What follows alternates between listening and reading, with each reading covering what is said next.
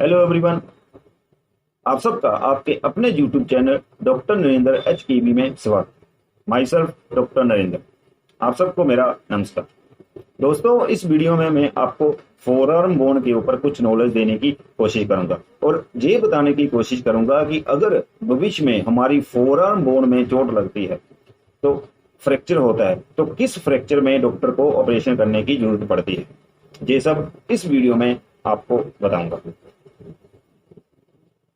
सबसे पहले forearm bone में, अगर ये हमारी फोरआर्म बोन होती है, रिस्ट ज्वाइंट से लेकर एल्बो ज्वाइंट तक जो बोन होती है, और ये इसे हम अक्सर फोरआर्म बोन बोलते हैं। और इस बोन में अक्सर दो बोन होती है, रेडियस बोन और अल्ना बोन। अगर भविष्य में चोट लगने से हमारे रिस्ट ज्वाइंट में फ्रैक्चर आता है, रेडियस बोन भी टूट जाती है और अल्ना बोन भी टूट जाती है, तो इस कंडीशन में हमें प्लास्टर करने की जरूरत पड़ती है। और प्लास्टर कम से कम 1 महीने के लिए लगाया जाता है। 1 महीने के बाद प्लास्टर को खोल दिया जाता है और पेशेंट को हल्की हल्की एक्सरसाइज करने के लिए बोला जाता है। कुछ टाइम बाद पेशेंट बिल्कुल ठीक हो जाता है।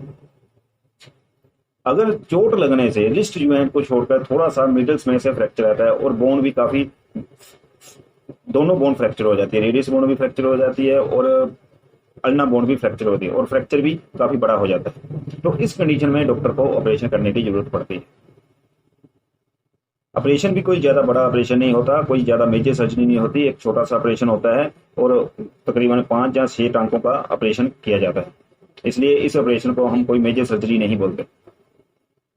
और इस ऑपरेशन को करने के लिए डॉक्टर को सबसे पहले रेडियस बोन के ऊपर जहां फ्रैक्चर हुई है वहां चीरा लगाना पड़ता है, और फ्रैक्चर को रिड्यूस करके प्लेट को रखकर प्लेट के बीच स्क्रू को डालकर प्लेट को टाइट कर दिया जाता है। इसी प्रकार दूसरी ओर अल्ना अल्ना फ्रैक्चर जहां होता है वहां भी चीरा लगाया जाता है और प्लेट को रखकर स्क्रू को टाइट कर प्लेट को मजबूत कर दिया जाता है, फ्रैक्चर को रिड्यूस करके। तो उसके बाद जब ये दोनों काम हो जाते हैं तो नायलॉन से सबसे पहले स्टिचिंग की जाती है। नायलॉन धागा वो धागा होता है जिससे जो शरीर के अंदर अपने आप ही खुल जाता है। इस धागे से स्टिचिंग करने के बाद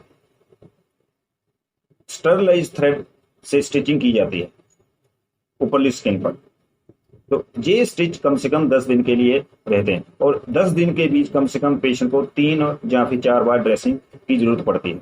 10 दिन के बाद पेशेंट के ये स्टिच को निकाल दिया जाता है और पेशेंट को हल्की हल्की एक्सरसाइज करने के लिए बोला जाता है। कंप्लीट 3 महीने के बाद पेशेंट की मूवमेंट भी कंप्लीट हो जाती है और उनको पेन भी काफी कम महसूस होती है, और बोन भी काफी हद तक जुड़नी स्टार्ट हो जाती है।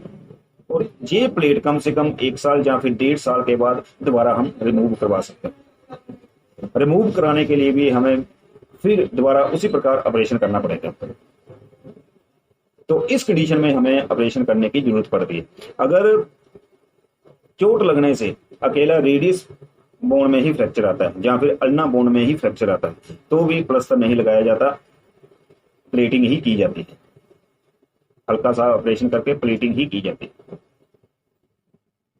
तो ये जो प्लेटिंग होती है ये कम से कम 15 साल की उम्र के बाद ही होती है। अगर 15 साल के नीचे जो बच्चे होते हैं उनको ये चोट लगती है और मिडल में से फ्रैक्चर आता है तो उनका ऑपरेशन नहीं किया जाता, सिर्फ और सिर्फ पीओपी प्लास्टर बांध दिया जाता है, और ये प्लास्टर कम से कम 1 महीने के लिए लगाया जाता है और 1 महीने के बाद प्लास्टर को खोला जाता है। कुछ ऐसे बच्चे होते हैं जिनकी बोन नहीं जुड़ती, पीओपी प्लास्टर में नहीं जुड़ती, तो उनको ऑपरेशन करने की जरूरत पड़ती है। कम से कम 100 में से 5% ऐसे पेशेंट हो गए जिनकी ऑपरेशन करने की जरूरत पड़ेगी, और बाकी 95 बच्चे जो होते हैं वो प्लास्टर से ही ठीक हो जाते हैं। तो दोस्तों, ये वीडियो बनाने का मेरा मकसद सिर्फ यही था कि अगर भविष्य में आपको इस प्रकार की कोई भी चोट लगती है, वैसे तो मैं कामना करूंगा कि आपको इस प्रकार की कोई भी चोट ना लगे, अगर फिर भी इस प्रकार की चोट लगती है तो आप सबको पता होना चाहिए कि हमें किस प्रकार का फ्रैक्चर आया है और उसका ट्रीटमेंट किस प्रकार डॉक्टर ने करना है। कहीं डॉक्टर आपको बहकावे में ना रहे, इसलिए मैं ये वीडियो बनाता हूं। तो दोस्तों, इस वीडियो में मैंने आपको फोरआर्म बोन के ऊपर कुछ नॉलेज देने की कोशिश की और इस तरह की नॉलेज मैं अक्सर आपको लगातार देता रहूंगा। आप सिर्फ मेरे साथ बने रहें और मेरी वीडियो को लाइक करें और जितना ज़्यादा हो सके इसे शेयर करें। तो दोस्तों, जल्दी मिलेंगे अपनी अगली वीडियो में नई जानकारी के साथ। नमस्कार, धन्यवाद, वंदे मातरम।